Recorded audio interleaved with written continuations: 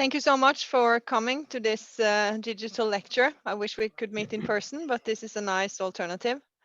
Together with Gisela and Alison, I'm going to talk about families living with FASD entering adulthood, and this, especially the social, cognitive, and adaptive challenges.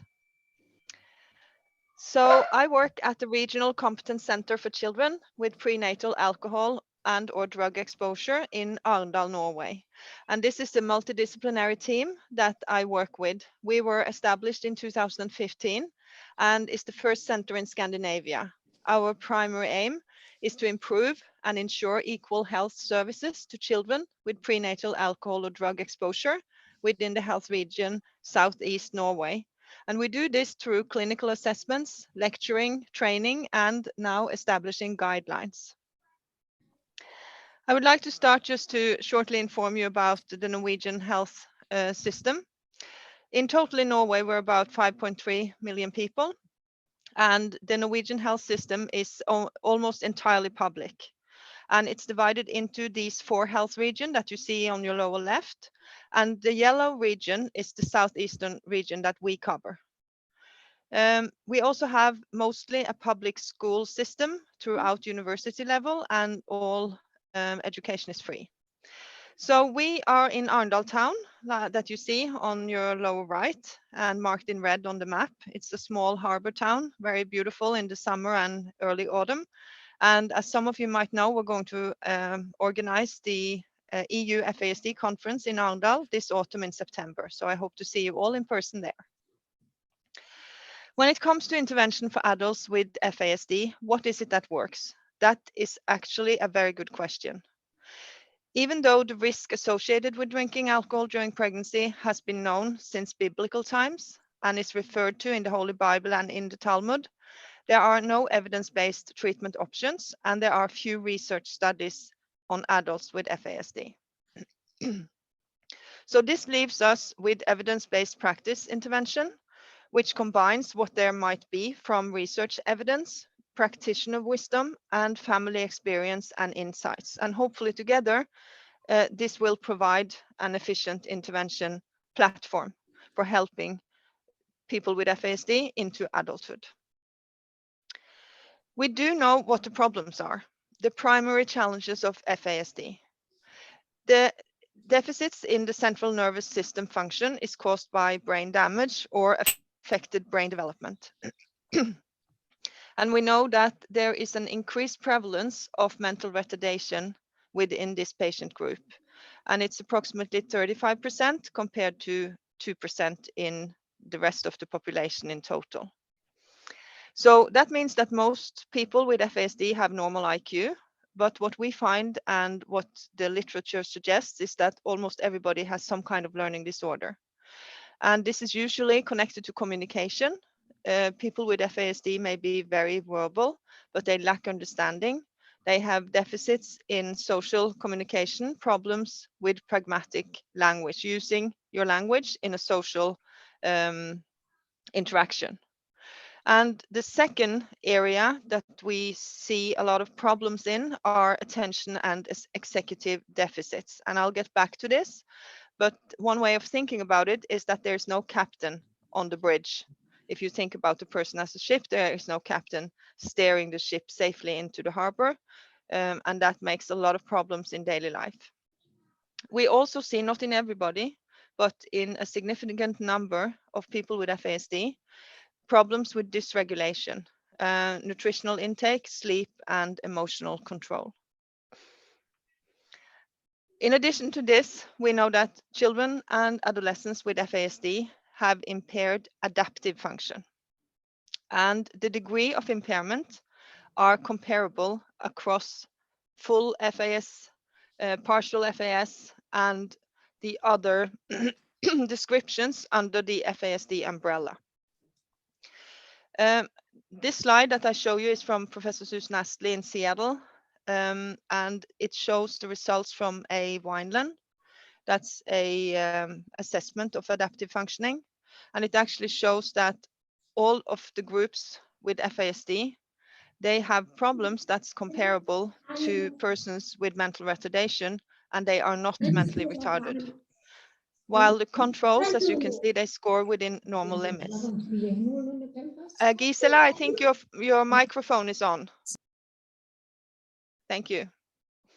What we see in Norway, we've seen 350 children and adolescents, and we actually see even lower daily life functioning than what is found in the literature from the United States, for example.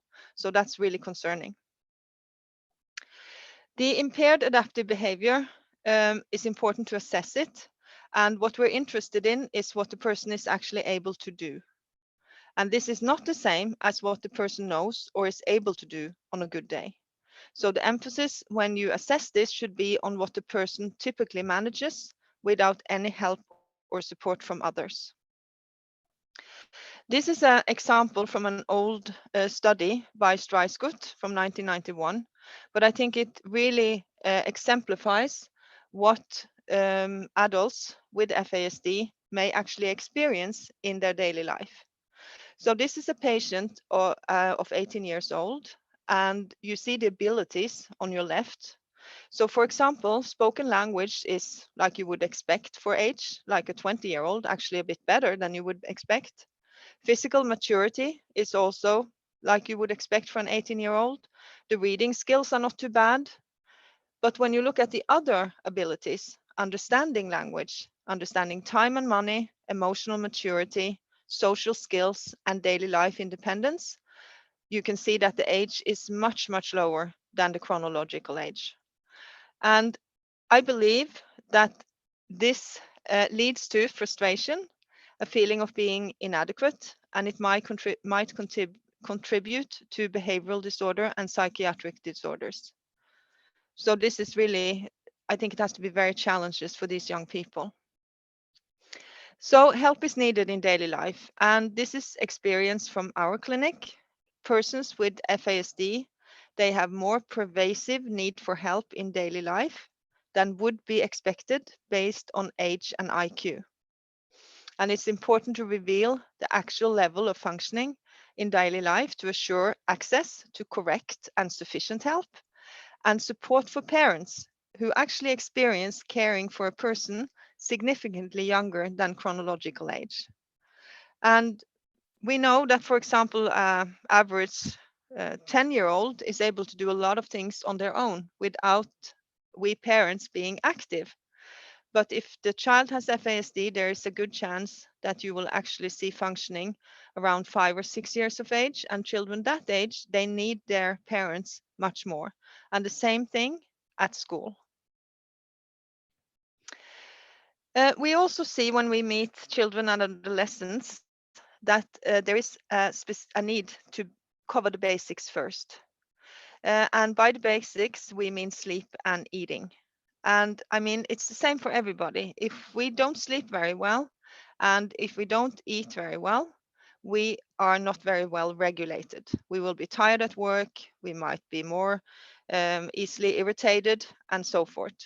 And it's very surprising to me when I meet patients that's been assessed repeatedly throughout their childhood years, that a lot of times the focus has not been on these problems. And that is actually the basics. This is child neurologist Torsten Gerstner, who is especially interested in sleeping disorders in children with FASD. And we do know that more than 85% of children with FASD do have some kind of sleep disorder. And the number seems to be more than 40% for adults with FASD. And the kind of problem they have are all kinds, but at least it's difficulty falling asleep and difficulty staying asleep and also waking up too early. And what would help is, of course, to implement routines throughout the day and, of course, at bedtime.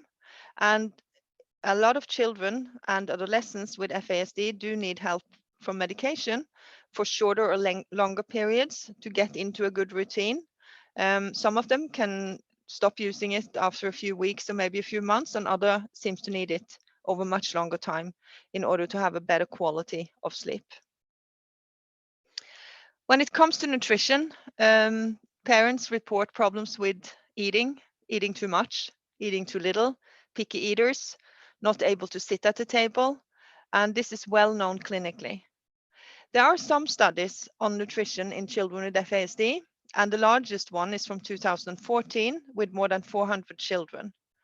And they found increased rates of obesity in adolescents and increased incidence of underweight in children, and there are no studies in adults. And actually what we see in the clinic is we see the same thing, but we see a lot more underweight than obesity in our patients, which are from 0 to 18 years of age.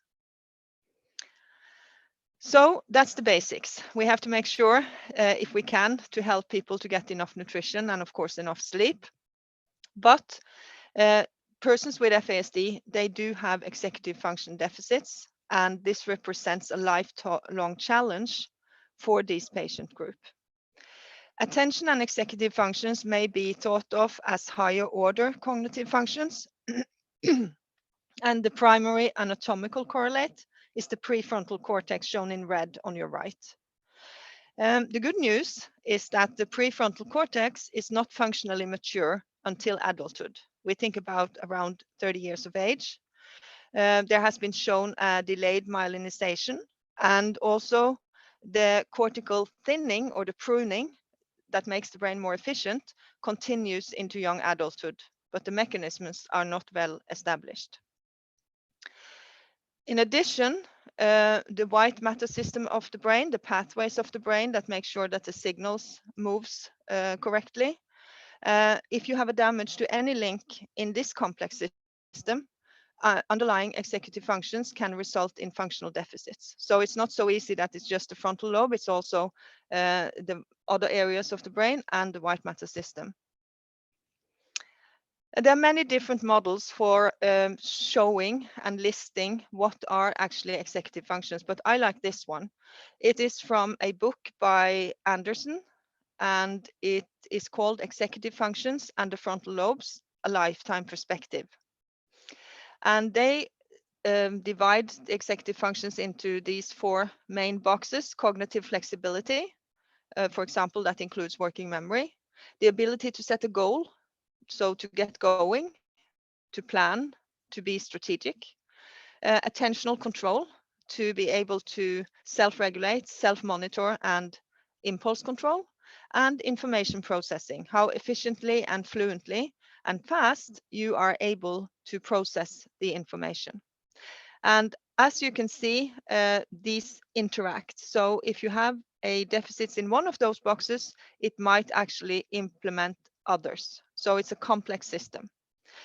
What we would see in daily life when we meet a person that has executive function deficits, whether it is an adult with ADHD, traumatic brain damage, frontal lobe dementia. I mean, a lot of patient group may struggle with these kind of functions. We would see a lack of use of experience, problems with understanding time, motivation or drive could be a problem, poor judgment, especially judging risk. Is this, how dangerous is this, or what could come from this? And all teenagers, I'm guessing, is quite bad at this, but persons with FASD, they struggle much more. Easily distractible, poor working memory, emotional immature, poor impulse control, and lack of self-restraint. A very common challenge in patients with FASD and part of the executive functions are deficits in impulse control. I think when you have deficits in impulse control, you actually act or talk without thinking about the impact or the consequences. When you're in a given situation, you don't actually think, what did I do yesterday in this situation? And how did that turn out?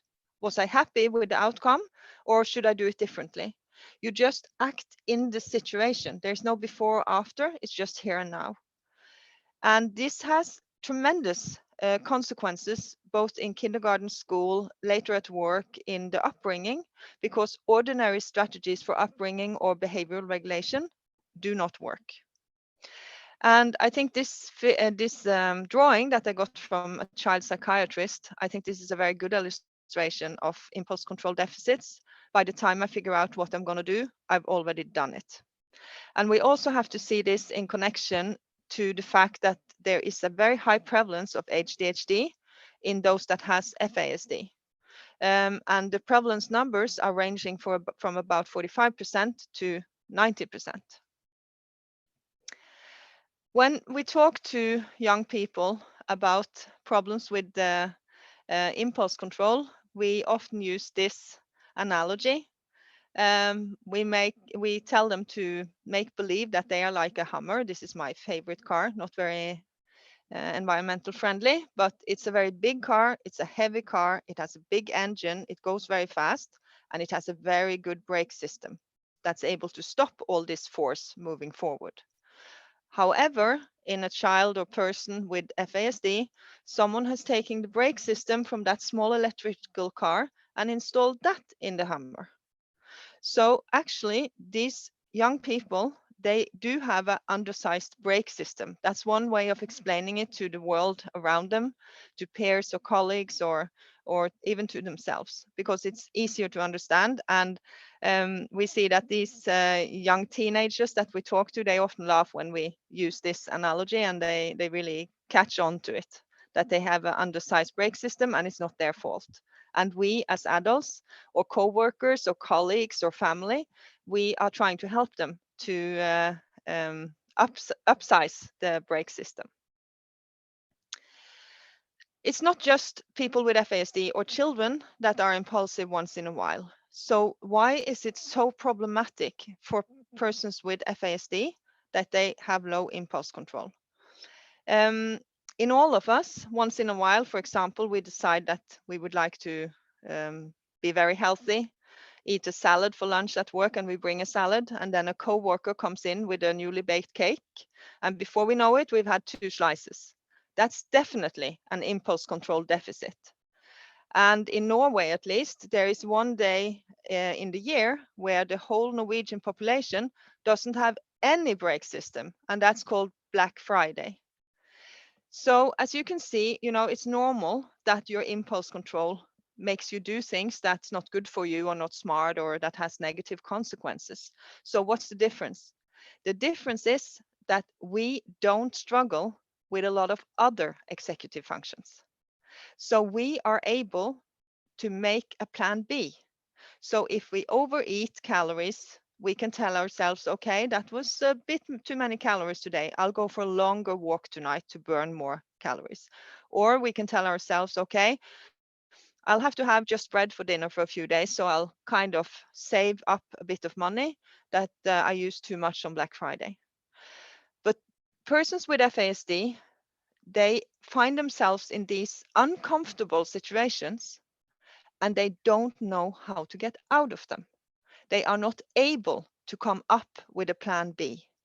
And that's where we come in, the helpers, the family, the colleagues, the friends. We have to be able to give them the plan B. So I think this is really something I meet young people every week and I see how much they struggle with this.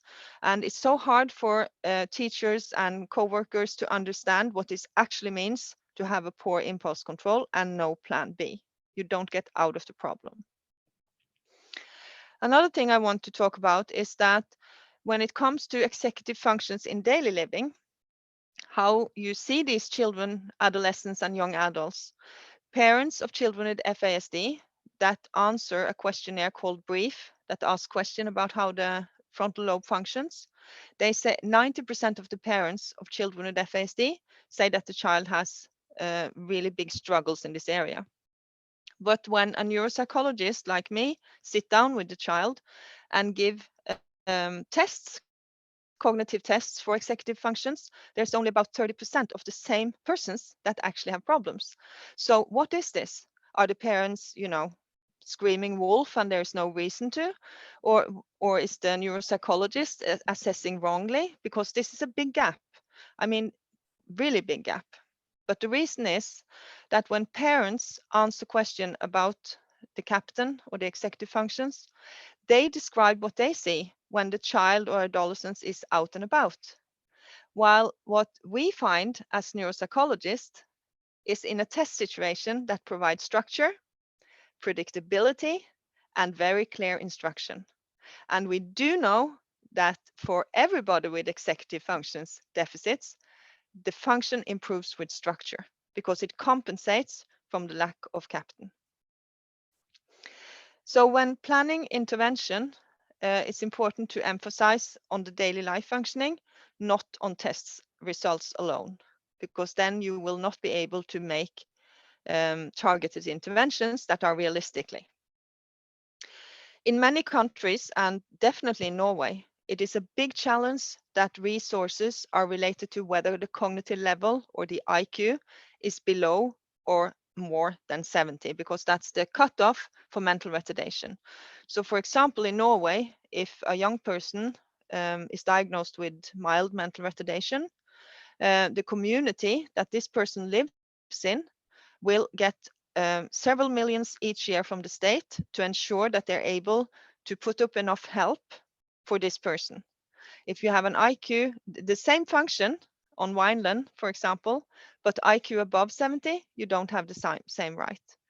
I think it's amazing that Professor Susan Astley in Washington State and her colleagues, they've actually managed to implement a rule that if a person have FASD, they have the same rights as if they had mild mental retardation. And I think that's an amazing job they've done, because I really think these people struggle equivalently. When we plan for intervention, the recommendations are that you should have a cognitive behavioral profile as base for intervention planning. So that would mean cognitive testing, neuropsychological testing, and also Vineland or some other way of quantifying the delay in development and the interdependence need. So utilize strategies appropriate for the individual zone of proximal development. So that just means demands adjusted to the actual functioning, not what we would like the person to be able to do, but what they are actually able to do. And it's also recommended specific training in attention and self-regulation early. Into adulthood, the expectations to be independent increases. And the consequences of cognitive challenges are much more pervasive than in childhood or adolescence when parents are present. And the discrepancy between intellectual and adaptive functioning may increase and be hard to discover and understand. This may lead to unrealistic demands and secondary problems like stress reactions. Before, when we were planning this lecture, we were lucky enough to have a young man with FASD that was with Gisela and Alison and me in a meeting. And I asked him what he felt was the most important advice that he would give in order to help adults with FASD. And he said to take away the pressure. And I believe that that will be much easier to do if we actually base our interventions and our demands on the real function of the person, because that he described that as the worst of becoming adult, was all the pressure and the stress that he experienced. When it comes to adults with FASD, there are several assessments from around the world. Adults with normal IQ with FASD, still more than 80% needed moderate to high level of care or support. There is a German paper from 2008 also showing in the 80%, 86.5% of adult patients with FASD did not have regular work or were unemployed. And from Scandinavia, we know that only about 30% of those with FASD were holding a job. Why is this so hard? There's no new studies assessing this, but this is an old study from Streisgut. And as far as I know, this is the biggest study ever of adults with FASD with 415 participants. And one of the things she asked about was that, why is work so challenging? What's happening? 65% said they got frustrated at work. They had challenges understanding what they were supposed to do. They also, more than half, had social challenges at work. About 40% had anger management problems.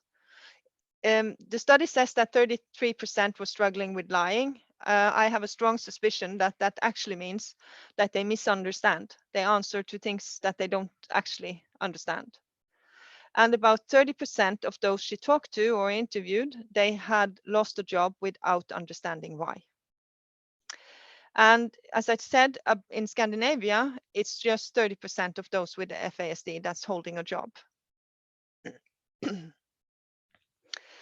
This is a very small study, qualitative and quantitative, but it's really interesting. And it's about adults with FASD and factors associated with positive outcome and contact with the criminal justice system. And as we know from other studies, early diagnosis is important to prevent adverse outcome. And this paper uses the phrase lifelong interdependence. And I think that's a very good description of what I would expect in adults with FASD. But this paper also says what helps. And the parents, the guardians, the helpers, and the persons themselves with FASD, they talk about structure, supervision, and routine. That the day is structured, that they have access to someone who gives them who solve problems, that helps them to come up with a plan B, and also routine. That the things we do every day, we do it the same way. There's no point in doing the evening routine differently every day. We do it the same way. And what is clear in this paper is that it's an extreme challenge to establish all of those three at once. So you might have the structure, but not the supervision and routine, but not the structure. So this is really important as a heading for good interventions in adulthood. Transition into adulthood, a step in time. Continue interventions that are positive, don't stop. And that's what often happens when you succeed with something. There is intervention, it's effective. Then you should remember never change the winning team. And it's also said about adults with FASD, they are unable to manage the mechanics of daily life and access services or support on their own. The process is simply too difficult for them. So supervision, guidance, help to be a problem solver. Families and network need knowledge about FASD in a lifetime perspective to enhance understanding and positive interaction. And psychoeducation is an evidence-based therapeutic intervention for patients and their loved ones that provides information and support to better understand and cope with illness. As part of our center, we have developed something we call network meetings. So whenever a patient is diagnosed within the FASD umbrella, we offer the family to come to their home in the afternoon and evening and meet with families, aunts, uncles, neighbors, parents of close friends, grandparents. We encourage them to invite anybody who has a meaning about, has an opinion about how they raise their child. And we give a lecture, a short lecture, and then we eat a lot of cake, and then we have a lot of questions, and we try to help the families come up with good solutions to the challenges. But the most important thing is to be able to convey that in an ordinary child, you would use trial and error, learning by doing, and of course, consequences. That's the normal way of raising a person. In a child with FASD, you should use errorless learning as much as possible. You should ensure access to support, and you should use reinforcement. Because of the impulse problems, reinforcements would be the way to go. So we think that psychoeducation about FASD is probably important throughout the lifespan, because it's so hard to understand that the person that looks normal, sounds normal, actually have these, and is normally intelligent, that actually have these very pervasive functional problems. So to have psychoeducation about FASD, for example, in a workspace or work environment, to ensure that there is actually an external frontal lobe, maybe needed for a while, that can help giving the solutions. Of course, more practically, help with writing, because a lot of adults with FASD still struggles with the fine motor ability. Help keeping track of time and with transition to stop and to get on. And as I said, errorless learning to ensure success. Don't wait for the person to make to show you that he or she can't do it. Be sure that you're there in the start. Make sure that they can do it, because we know that when you have challenges to brain functions, it's much harder to learn from errors. You learn much more efficient from success. So errorless learning is a very important principle. So to summarize, knowing about what FASD is will affect what strategies you use as a parent or as part of the network. So when we ask parents to rate afterwards, after we have this networks meeting for 2 hours, the parents rate them very, very high. They say that of all the help they've gotten in the system, this is the single most efficient help that they get. And it's much easier for us as a professional to come and say, tell the family, this is how you should do it, or this is how you should understand this. It's much harder for them to take what we give them of information and then translate it. So to use time with the patient, whether it's a child, adolescent, or an adult, with the network to give good information and to be willing to discuss how they can plan for good interventions, we think is the single most important thing we do. And then, of course, ensure diagnostic evaluation that includes assessments of both cognitive and adaptive functioning. I know that Gisela and Alison is going to talk also about medical assessment, which is also important because this group has a lot of comorbid medical issues. And ensure medical assessment for regulatory challenges, like especially for nutrition and sleep. So it's also important to say that we have diagnostic challenges, at least in Scandinavia, because there is no diagnostic code for anything but the full fetal alcohol syndrome. I know that different countries handle this challenge differently. For us, we say that it's really important because in the child psychiatric system, it's really focused on having as few diagnoses as possible, which I think in general is a good idea. But when you have such complex challenges that we see in FASD, I think it's really important that you have a diagnosis that covers all of your symptoms. So it's important that someone says, okay, there's an eating disorder, or there's a sleeping disorder, there's ADHD, there's a learning disorder, there's a motor disorder, because as I told you previously, it's really hard to get the help you need as an adult unless you have a mental retardation diagnosis, and most of these patients won't get that. So before they turn 18, try to make sure that there is a multidisciplinary assessment that includes all these parts to enable the system to plan the best aid possible. So this is my last slide, and I think this is a beautiful picture from a very small island just outside Arendal. So we would again like to welcome you to EU FASD in September 2022. And we encourage you to look in on the EU FASD website, where you will find more information about abstracts and how we're going to organize this. So welcome to Arendal. Hope to see you there, and thank you.